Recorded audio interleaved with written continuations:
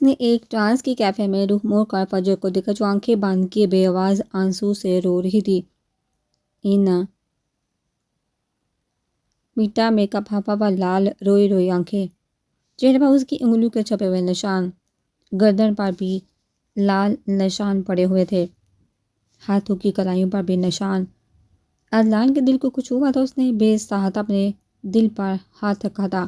وہ کیسے اس موم کی نازک سی گڑیا کو تکلیف پہنچا سکتا تھا؟ وہ پچھلے 5 سالوں میں چاہ کر بھی اس سے نفرت نہیں کر سکا، چاہ کر بھی اپنے دل سے نہیں نکال سکا تھا۔ اس کی پہلی اور آخری محبت تھی، اور شاید پہلی اور آخری نفرت۔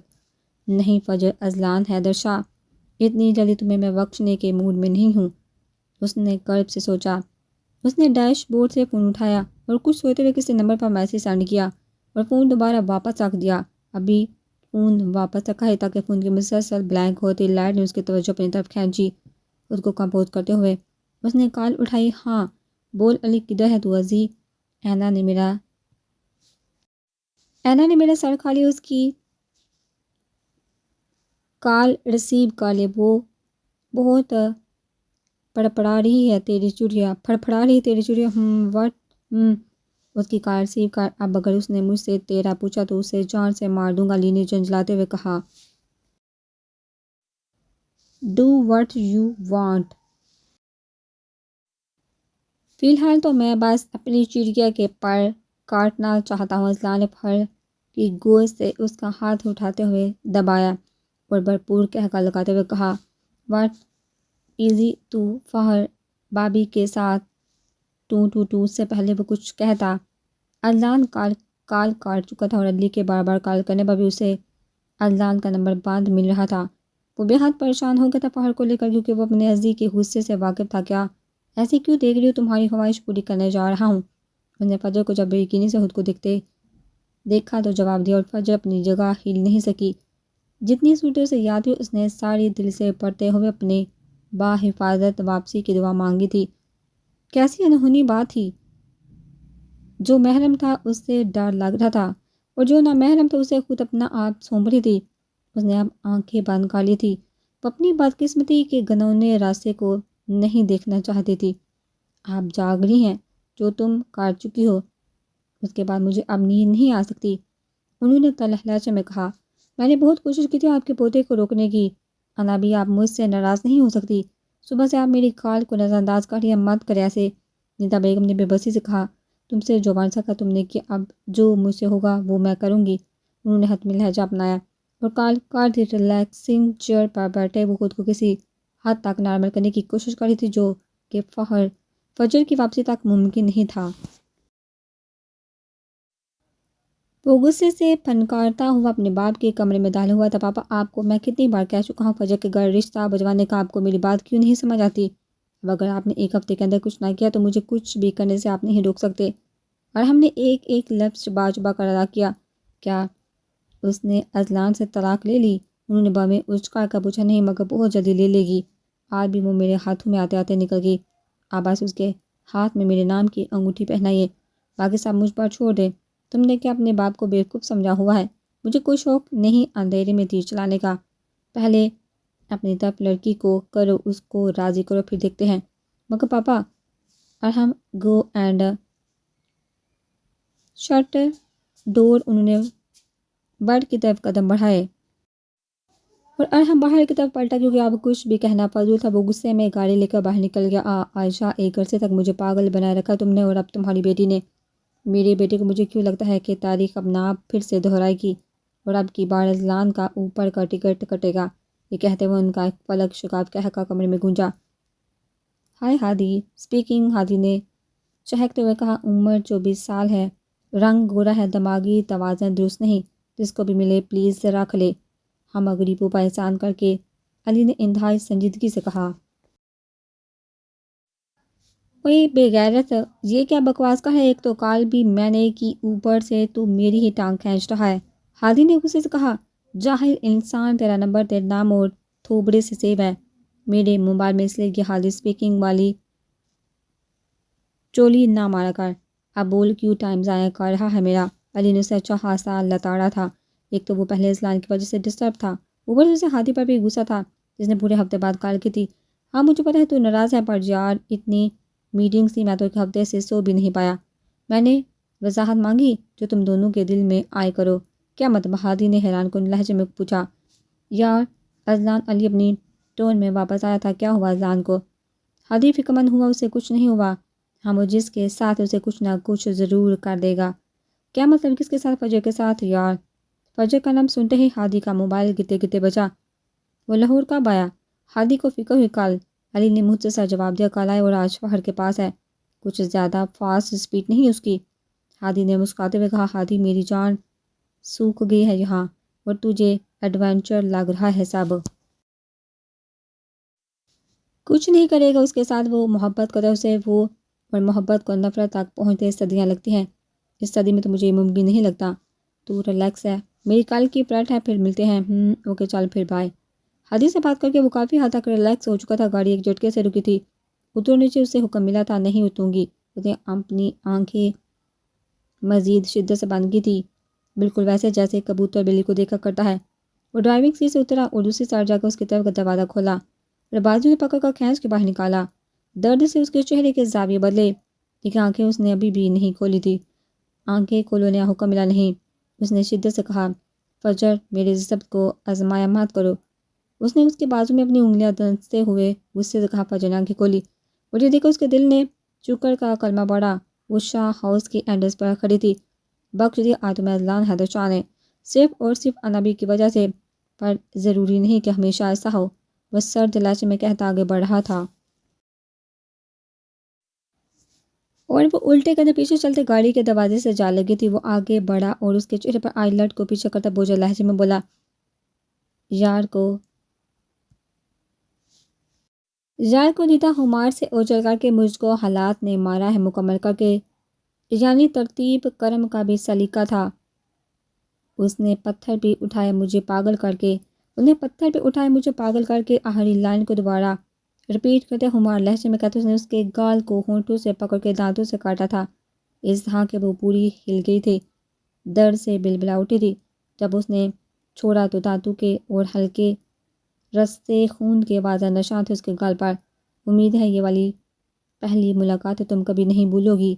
اب اس کے جسم سے اپنا کوٹ اتار رہا تھا۔ ایک بات ہمیشہ یاد رکھنا، اذلان ابراہیم شاہ اپنی مہنگی سے مہنگی اور بے ضرر سی چیز بھی کسی کو دسترس میں برداشت نہیں کر سکتا، اور اگر ایسا کرنے کی کوئی جرت بھی کرتا ہے تو اذلان ابراہیم شاہ اس کی دنیا کو تہس نہس کرنا اچھے سے جانتا ہے۔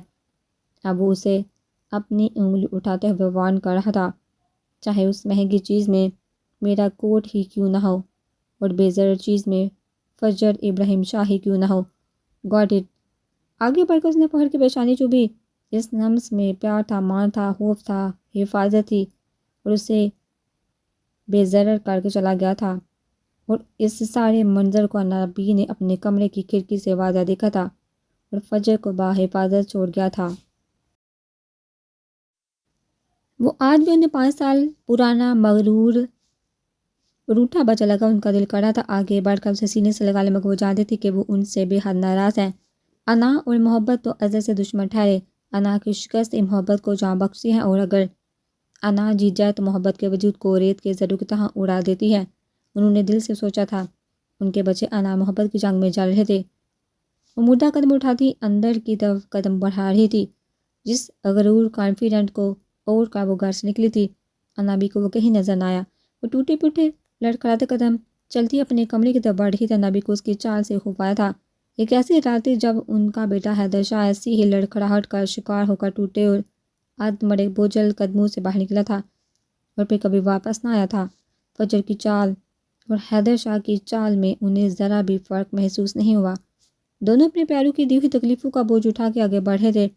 ایک بیٹا تھا، ایک پوتی تھی، دونوں کے حصے میں آئی تکلیف ایک جیسی تھی۔ ایک واپس نہیں آیا تھا، اس نے واپسی نہیں کی تھی۔ سب سے روٹ کا منو مٹی تلے جا سویا تھا، اور ایک اس راستے کی طرف قدم بڑھا رہی تھی۔ انابی کی نظریں ڈب ڈبا گئی تھی، اور اس کی شکستگی دیکھ کر ایک پل میں ان کے دل کو کھینچ پڑی تھی۔ بے ساتھ ان کا ہاتھ دل بھر گیا تھا۔ اس نے کمرے میں جاتے ہی دروازہ بند کر دیا تھا۔ وہ اپنے مرمر کے بھاری قدم اٹھاتے اس کے کمرے کے پاس رک گئی تھی، ہمت کر کے دروازے کی ناپ پر ہاتھ رکھا، مگر دروازے نے کھلنے سے انکار کر دیا تھا۔ تھوڑی دیر وہاں کھڑی تھی وہ دل نے شدت سے چاہ کی اس کی آواز سننے کی، مگر اندر سے آواز نہیں آئی۔ انہیں اپنا دل ڈوبتا محسوس ہوا۔ اس سے پہلے کہ وہ آگے قدم بڑھاتی دوسری کیز لانے کے لیے انہیں اس کی چیخ سنائی دی، اور پھر چیزوں کو اٹھا اٹھا کر گرانے کی آوازیں۔ انہوں نے شکر کا کلمہ پڑھا، فجر نے اپنے وعدے کی لاج رکھی تھی۔ اس نے وعدہ کیا تھا حالات اس کے حق میں ہو یا نہ ہو، وہ کبھی بھی حرام موت نہیں مرے گی۔ کاش ایسا ہی ایک وعدہ انہوں نے اپنے بیٹے سے بھی لیا ہوتا۔ ان کی لاچارگی، شائستگی اور بیٹے کو گلے لگانے کی خواہش ان کی آنکھوں سے بہتے پانی کا منہ بولتا ثبوت تھی۔ کیسی قسمتی خدا نے دو بیٹے دیے تھے، ایک نے حرام موت کو گلے لگا لیا اور ہمیشہ کے لیے دور چلا گیا تھا، اور دوسرا وہ تو ہوتے ہوئے بھی نہیں تھا۔ نہ زندوں میں اس کا شمار ہوتا تھا نہ مردوں میں۔ ان کی آنکھیں نم ہو رہی تھی، سارے زخم تازہ ہو گئے تھے۔ وہ اپنے کمرے میں آ گئی تھی۔ وہ جانتی تھی کہ وہ اب ساری رات اس سے لڑیں گی، اسے خود کو سنبھالنے میں وقت چاہیے تھا، اور وہ اسے وقت دے آئی تھی۔ ازی کاش تم اپنی انا کو سر پر رکھ دو، کاش تم جو 5 سال پہلے ہو وہ بھول جاؤ۔ تم دونوں کی انا کی جنگ نے، بدلے کی جنگ نے تم دونوں کو بہت نقصان پہنچانا ہے، اور سب سے زیادہ نقصان تم لوگوں کی محبت کا ہوگا۔ یونیورسٹی کے گیٹ کے باہر کھڑے ہوئے اسے گھنٹہ ہو چکا تھا، ڈرائیور لینے آیا تھا، اسے منع کر چکی تھی، اور اس کا دماغ کھل رہا تھا۔ انتظار کر کر کے بس نہیں چل رہا تھا کہ انتظار کروانے والے کا سر پھاڑ دے۔ 10ویں بار وہ کال ملا رہی تھی، اور ہر بار کی طرح نمبر بند جا رہا تھا۔ کچھ گرمی کچھ غصہ اس کے چہرے کی لالی میں اضافہ ہو رہا تھا۔ ابھی وہ کیب کروانے کا سوچ رہی تھی کہ گاڑی اچانک سے رکی۔ اس نے نظر اٹھا کر دیکھا، اور اب اس کے دماغ کی رگیں تن گئی تھی۔ اس کے ساتھ بڑے شخص کو دیکھ کر سوری یار، احمد کو ایئرپورٹ سے پک کرنا تھا، دیر ہوگی، چلو آ جاؤ بیٹھو جلدی سے، تمہیں گھر چھوڑ کر ہمیں ایک میٹنگ کے لیے نکلنا ہے۔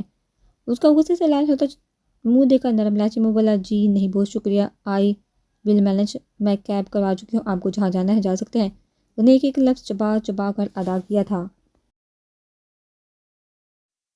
سوری کشمش، پلیز آ جاؤ، میں ٹائم سے نکلا تھا، بس احمد کی فلائٹ لیٹ پہنچی۔ وہ جانتا تھا احمد کو دیکھ کر اس کا غصہ ڈبل ہو گیا تھا۔ وہ یہ بھی جانتا تھا کہ وہ اسے پسند نہیں کرتی، پہلے اب کی بار اس کے لہجے میں ریکویسٹ تھی، میں نے آپ سے وضاحت مانگی، آپ جائیے، جہاں سے میری کیب آتی ہوگی۔ اس کی کسی ریکویسٹ کو ہاتھ میں نہیں لائی تھی۔ آ جاؤ یار، کشمکش پلیز، بہت لیٹ ہو رہا ہے۔ اس نے گھڑی پر نظر ڈالتے ہوئے پھر سے التجا کی تھی، کہاں نہ نہیں جانا۔ وہ غصے سے کہہ کر مڑی تھی، آ جاؤ یار، میری وجہ سے دیر ہوئی ہے، معاف کر دو بیچارے کو، اور بیٹھو گاڑی میں۔ اب کی بار احمد بولا تھا، تم سے بات کی کسی نے؟ اپنی لیمٹ میں رہا کر وہ غصے سے چلائی تھی، اور ایک سائڈ پر چلنے لگی تھی۔ اس کی تو میں اب کی بار بیمو کو غصایا تھا۔ وہ سیٹ بیلٹ غصے سے اتار کر گاڑی سے اترا، اسے بازو سے پکڑ کر کھینچ کر روح اپنی طرف موڑا تھا۔ کیا طریقہ ہے یہ بات کرنے کا؟ تمہیں مینرز بھولے جا رہے ہیں۔ کتنی بار پتا ہے کہ وہ دوست ہے، میرا بیسٹ فرینڈ ہے، اس سے تمیز سے بات کیا کرو، لیکن تمہارے دماغ میں ایک دفعہ کی بات نہیں گھستی۔ اسے اس کے احمد سے بات کرنے پر غصہ آیا تھا۔ اسے اپنے سے جڑے کسی بھی رشتے کی انسلٹ برداشت ہی کب تھی۔ چھوڑو مجھے، میں نے کہا نا میں کیب سے چلی جاؤں گی۔ اس نے ایک ہی رٹ لگائی ہوئی تھی۔ اور تمہیں لگتا ہے کہ میں تمہیں اکیلی کو کسی اجنبی ڈرائیور کے ساتھ جانے دوں گا؟ بھول ہے تمہاری، اتنے بے غیرت نہیں ہوئے ابھی ہم کہ اپنے خاندان کی لڑکیوں کو دنانے کے لیے چھوڑ دے۔ کہتے ہوئے اس نے اسے گاڑی میں بٹھایا۔ بیمو آرام سے لگ جائے گی اسے۔ احمد اسے حیران ہوتے ہوئے کہا تھا، نہیں کچھ ہوتا، اس کے دماغ کے سکرو ڈھیلے ہیں، بس وہ ٹائٹ کرنے پڑیں گے۔ بیمو مرر میں سے اسے دیکھتے ہوئے بولا، when she needs some session of psychiatrist، Ahmad نے کہتے ہوئے فلک شکاف کہہ کر چھوڑا تھا۔ مشورہ برا نہیں، بیمو نے بھی کہہ کر لگاتے ہوئے مرر میں سے روئی اور سو کرتی کشمکش کو دیکھتے ہوئے کہا، جبکہ وہ ان کی باتوں پر بیٹھی خاموشی سے آنسو بہا رہی تھی۔ ٹیشو، احمد نے اپنے ہونٹوں اپنے دانتوں کی نمائش کرتے ہوئے ٹیشو اس کے طرف بڑھایا تھا، گویا ایک آڑی چنگاری کو ہوا دی تھی۔ چلتی پر تیل کا کام۔ کشمش نے لال انگر آنکھوں سے اسے کھا جانے والے نظروں سے دیکھا تھا، اور ٹیشو باکس اس کے ہاتھ سے کھینچ کر گاڑی میں سے باہر پھینکا تھا، جس پر احمد اور بیمو دونوں کے فلک شکار کہہ کے گونجے تھے۔ وہ ریش ڈرائیونگ کرتا گھر پہنچا تھا۔ فجر پر اپنا اتنا غصہ اتارنے کے باوجود بھی اس کا غصہ کم نہیں ہو رہا تھا۔ رہ رہ کر اس کی آنکھوں کے آگے وہ منظر آ رہا تھا کہ جب ارحم کا ہاتھ فجر کی کمر پر تھا، کمرے میں آ کر اس نے اپنے پاؤں سے ٹیبل کو اڑا کر رکھ دی۔ اس لمحے اس کو کالا سر کام ہو گیا ہے۔ اپنے ہاتھ میں بازو کو بری طرح انجرڈ کیا۔ دوسری طرف موجود شخص نے اسے اطلاع دی۔ گڈ، اس نے شاباش دیتے کال کر دی۔ ہاں ہاں، ارحم حمدانی اذان حیدر شاہ اپنی قیمتی چیز کی طرف بڑھتے ہر ہاتھ کو توڑنے کی صلاحیت رکھتا ہے۔ ہاں فجر ابراہیم شاہ، تم میرے لیے بے زر نہیں، بہت قیمتی ہو، میری حیات و میری کائنات ہو، اس آہری گونج جیسی اور جو روح کو سراب کر دے۔ کبھی مل تو تجھ کو بتائیں ہم، تجھے اس طرح سے ستائیں ہم، بس ڈرتا ہوں کہنے سے کرنے سے۔ اس کی آنکھیں زب سے لال ہو رہی تھی۔ تمہاری ماں خود تو مر گئی، میری محبت بھی مار گئی، مجھے گھٹن ہوتی ہے تمہارے بغیر، مجھے ہر رات عذاب لگتی ہے۔ اب کہ وہ آنسو سے بڑی آنکھوں سے ہلکے بل چلایا تھا، آج بھی تمہارے سامنے آنے سے میری نفرت کی دیوار گر گئی ہے۔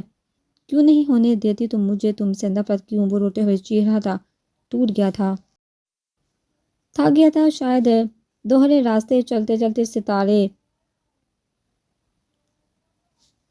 سنگت جا سوئے، مگر وہ کسی کے لیے جاگنا چاہتا ہے۔ اسے ایک بندے نے دھوکہ دیا ہے، وہ ہر آدمی کا برا چاہتا ہے۔ پلیز فجر، آج کے بعد کسی کے قریب مت جانا، پلیز۔ وہ سسکیوں سے رو رہا تھا، تم پر، تمہاری روح پر میرا حق ہے، میں جان سے مار دوں گا ہر اس انسان کو جو تمہیں مجھ سے چھیننے کی کوشش کرے گا، ایک صرف تمہیں لے کر میرا جنون بڑھتا جا رہا ہے۔ آج تم نے میرے ضبط کو آزمایا ہے۔ اس نے سگریٹ سلگائی تھی، وہ خود کو نارمل کرنا چاہتا تھا۔ آج کی رات بھی اس کی سگریٹ پیتے اس کو یاد کرتے گزری تھی، کیونکہ وہ جانتا تھا اب وہ جتنی بھی کوشش کر لے گا سو نہیں سکے گا۔ اور ہم گھر سے گاڑی لے کر کچھ ہی دور نکلا تھا کہ کسی گاڑی نے سامنے سے آ کر اس کا راستہ روک لیا تھا۔ ایک آدمی نے اسے گاڑی سے نکالا اور بنا کچھ کہے اس کے ہاتھ اور بازو پر فائر کر دیے۔ وہ درد سے بلبلا اٹھا تھا۔ سر کا حکم ہے، نیکسٹ ٹائم ان کی کسی بھی چیز، کسی بھی رشتے کے قریب آنے یا اسے چھونے سے پہلے ان فائرز کو یاد رکھنا، نہیں تو اگلی گولی جہاں لگے گی۔ نقاب پوش نے اس کے سینے پر ہاتھ رکھ کہا اور اسے وہیں گرا کر اپنی گاڑی میں بیٹھ گیا۔ پاپا مجھے بولٹ لگی ہے، مین روڈ پر ہوں۔ ارحم نے بڑی مشکل سے نمبر ڈال کر کے باپ کو اطلاع دی تھی اور بات کرتے کرتے بے ہوش ہو گیا تھا۔